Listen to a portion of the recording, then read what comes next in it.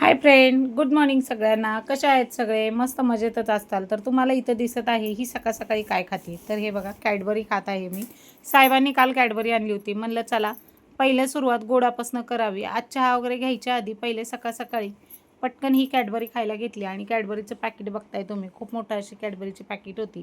आणि कंपल्सरी सगळ्यांना 3-3 ते 6-6 पीस आले होते. तुकडे वाटून आमच्या घरात खाल्लं जाते. ह्याला कमी त्याला कमी असं काही नाही.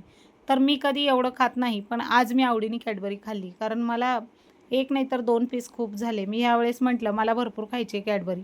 आणि म्हणलं चला गोड ज्याचा शेवट गोड त्याचं सर्वच गोड होतंय म्हणते. तर म्हणलं नवीन वर्षाची गोडापासून सुरुवात करूया. गोड गोड गोड गोड खायचं आणि गोड गोड बोलत राहायचं. कुणाचं वाईट वंगळ बोलायचं नाही किंवा कुणाचे निंदा नालस्ती करायची नाही. आज ठरवलेलं आहे. म्हटलं चला स्वामींचं इथं देवदर्शन करायला जायचं होतं, पण राहून गेलं. तर संध्याकाळचा मेनू बघू शकताय तुम्ही. इथं मी ताट भरत आहे आणि हे केळीचे पानाचे ताट आहे. ते डीमार्टमधनं साहेबांनी मला 2 वर्षापूर्वी घेऊन दिलेले आहेत. आणि त्यामध्ये बाऊल पण मला तसेच पाहिजे होते केळीच्या पाण्याच्याच ह्याचे, पण तसे काय भेटले नाहीत. तर साधे बाऊल आहेत इथं. आता इथं डाळ तडका केलेला आहे आणि मस्त हॉटेल स्टाईल मटर पनीरची भाजी केलेली आहे. खूप छान अशी पनीरची भाजी झाली होती. त्याच्यामध्ये वाटण काय तर तुम्हाला पुढच्या वेळेस नक्कीच ह्याची रेसिपी दाखवीन. पण ह्यावेळेस काय रेसिपी काढायला जमली नाही, कारण आमच्या साहेबांचा मोठा वाटा ह्याच्यामध्ये आहे.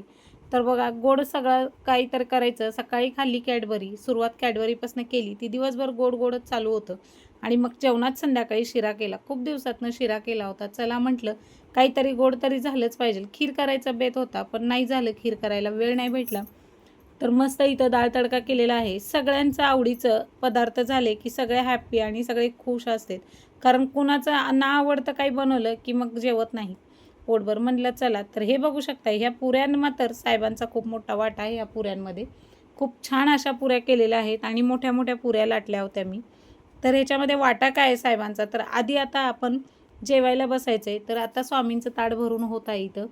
पुऱ्या वगैरे भरल्या, ताट भरलं सगळं स्वामींचं. आता ताटाला नैवेद्यासाठी मीठ लावायचं राहिलं होतं. म्हटलं स्वामींच्या ताटाला मीठ लावतो थोडंसं आपण.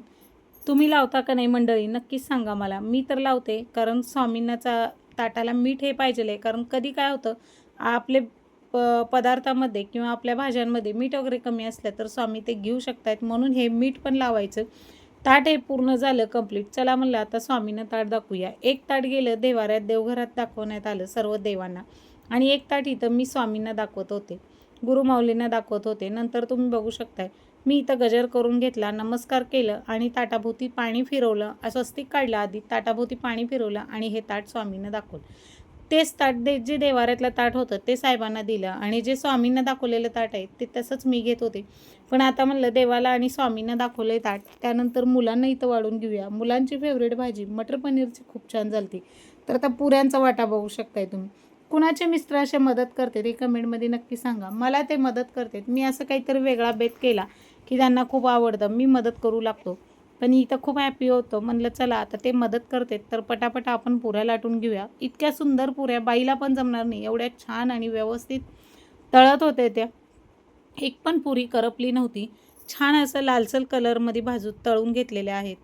आणि बघताय तुम्ही एक एक पुरी तळत होत्या. बायका गडबड करतात, बायका 2-2 3-3 टाकून बघतात. पण ते एक एक आणि छान व्यवस्थित फुगेल अशी टम्म अशी फुगेल अशी पुरी ते तळत होते. आता ह्यात पुरीला तर त्यांचा वाटा होताच, पण त्यात मी पण मदत केलेली आहे. खाली बसून आपलं लाटून द्यायचं काम चाललेलं होतं. त्यांना म्हटलं तुम्ही लाटून देते आणि तुम्ही तळून घ्या. आणि इथं साहेब मग असं नेहमी मदत करतेच असते, पण सहसा व्हिडिओमध्ये कमी येते. मी आणि माझंच असतं चाललेलं असतं किचनमध्ये. बघू शकता हे बघा मस्त अशा पुऱ्या तळून घेतलेल्या आहेत आणि मोठ्या परातीत तळलेल्या पुऱ्या काढत आहेत आणि जे तेलकट आहे ते छोट्या ताटामध्ये काढत आहेत. एका वेळेस एक एक पुरी टाकून मस्त असं छान मंद आचेवर भाजून तळून घेत आहेत ते. त्यांची मदत असली की खूप छान वाटतं मला. आणि दोघंजण मिळून स्वयंपाक करायल्यावर तर अजून थोडं हॅप्पी वाटतं की आपल्याला आपला नवरा मदत करतो, छान वाटतं ते. पण थोडंसं फुगलेले होते. त्यांचं म्हणणं असं होतं की पातळ पीठ आणि जाड पिठासाठी कुरकुर चालली होती. लेकीने पीठ मळून दिलं होतं. म्हणलं ह्यावेळेस पुऱ्या करायच्यात तर तिनं पातळ पीठ मळलं. म्हणून मी म्हटलं की दरवेळेस असं करती तशी करती. तर त्यांना का मुलीला बोललेला राग आला होता. पण ते हॅपी होते, त्यामुळे बघू शकता हॅपी आहेत म्हणूनच तळाला मदत करत आहेत. तर इथं छान अशा पुऱ्या झालेल्या आहेत. आता अंगत पंगत बसायची तर म्हणलं पुऱ्यांचा आधी वाटा दाखवावा त्यांचा. तर अंगत पंगत ही नंतर बसली. अंगत पंगत म्हणजे काय, तर सगळे मिळून मस्त असं जेवण करण्याची पद्धत. तर आम्हाला कमी वेळ भेटतो, जेव्हा वेळ भेटतो तेव्हा सहसा आम्ही शक्यतो एकत्र जेवायला बसतो. तर आता तुम्ही बघू शकता उपास सोडायला बसलेला आहे. तर इथं पहिले ताटाभोवती पाणी फिरवून घेतलं, गजर केलं स्वामींचं आणि नंतर मग उपास सोडताना पहिला घास हा भाताचा खायचा असतो. भात खाऊन पहिला उपास सोडायचा. तर इथं तीच प्रथा जे आईने माझ्या सांगितलं होतं तसंच आमचे साहेब करतात. माहीत नाही याच्यामागचं काही शास्त्र आहे ते मी कधी विचारलं नाही आणि जेव्हा विचारेल तेव्हा व्हिडिओमध्ये नक्की सांगेल. आणि इथं बघू शकता आपल्या नवऱ्याने बायकोचं कौतुक तोंड भरून केलं आणि त्यांच्या फेवरेट आवडीचं जेवण केलं तर ते खुशच असतात आणि मुलं पण खूप हॅपी होती. तर अंगत पंगत म्हणजे काय, तर इथं सगळेजण मिळून जेवायला बसलो. मी पण तेच करत आहे. पहिले भातच खात आहे. म्हणलं चला आधी पोटपूजा करूया.